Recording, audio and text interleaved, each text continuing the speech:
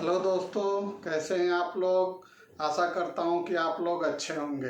देखिए, जैसा कि सबको पता है कि अभी 31 जुलाई आने वाली है और इंडिविजुअल के लिए जिनका टैक्स ऑडिट नहीं है उनकी आईटीआर दाखिल करने की ये अंतिम तिथि है। अब एज ए प्रोफेशनल हम लोगों के पास बहुत सारी कॉल आ रही है। ये वीडियो मुख्यतः उन लोगों के लिए है जो अभी भी कंफ्यूज हैं कि हम नए टैक्स रिज्यूम में भरें या ओल्ड टैक्स रिज्यूम में भरें। देखिए, ये सवाल ही गलत है कि हम नए टैक्स रिज्यूम में भरें या पुराने टैक्स रिज्यूम में भरें।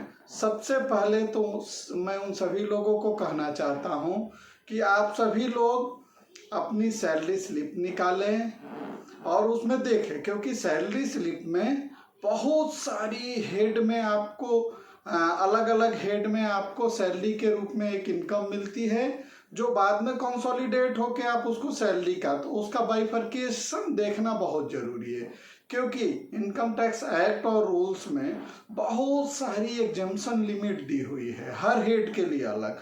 जैसा मैं एक्सप्लेन करता हूँ, इसमें आपको बीसीओ से ज़्यादा भी एग्जेम्पशन मिली हुई है जो बहुत कम लोगों को पता है। जैसे आप सबसे पहले रिटर्न भरने से पहले जब भी आपको फॉर्म 16 मिलता है तो आप अपने रेलिवेंट डिपार्टमेंट से उसका बाइफर्केशन लीजिए। जैसे बाइफर्केशन के रूप में आपकी बेसिक कितनी है, डीए कितना है, एचआरए कितना है, और उसके अलावा आपको कितने तरह की अलाउंस मिलती हैं जो अलग अलग तरह की, और जैसे education allowance, academic allowance, children education allowance, food coupons.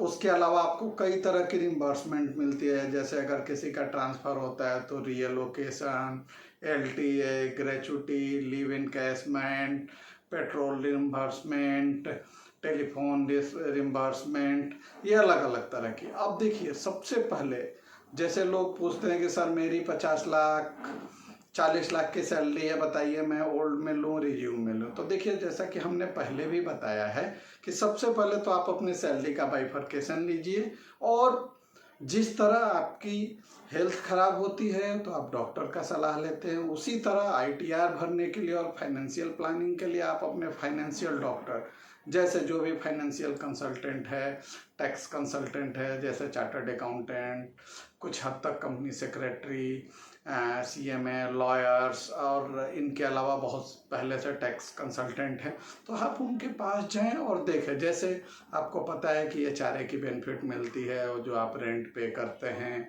आपको ट्रांसपोर्ट अलाउंस मिलता है, कन्वेंस अलाउंस मिलता है, रीलोकेशन अलाउंस मिलता है। इसके अलावा एटीसी में कई तरह की डिडक्शन है, एटीजी में है, एटीसीसीडी में है, एटीई में है एजुकेशन अलाउंस, एटीजी में डोनेशंस, एटीजीजीबी में है, एटीयू में है, एटी, तो इस तरह आपको पीसीओ तरह के एग्जम्पशन मिलते हैं। अगर हम इनमें से एक एक की चर्चा करने लगें तो हो सकता है आपको 20 लाख तक की इनकम पे भी आपको टैक्स ना देना पड़े। इसके अलावा कुछ स्पेशल अलाउंस को सैलरी के वो पार्ट होते हैं जिसमें कि रिम्बर्समेंट ऑफ एक in nature of performance of duties करने पे भी मिलता है। जैसे बहुत सारे लोगों को स्पेशल या अदर अलाउंस मिल जाता है, अब वो मार्केटिंग के गाय होते हैं या कहीं भी ऑपरेशन, तो उनको अपनी बिजनेस नेचर, जॉब के नेचर को सेटिस्फाई करने के लिए कुछ खर्चे करने पड़ते हैं,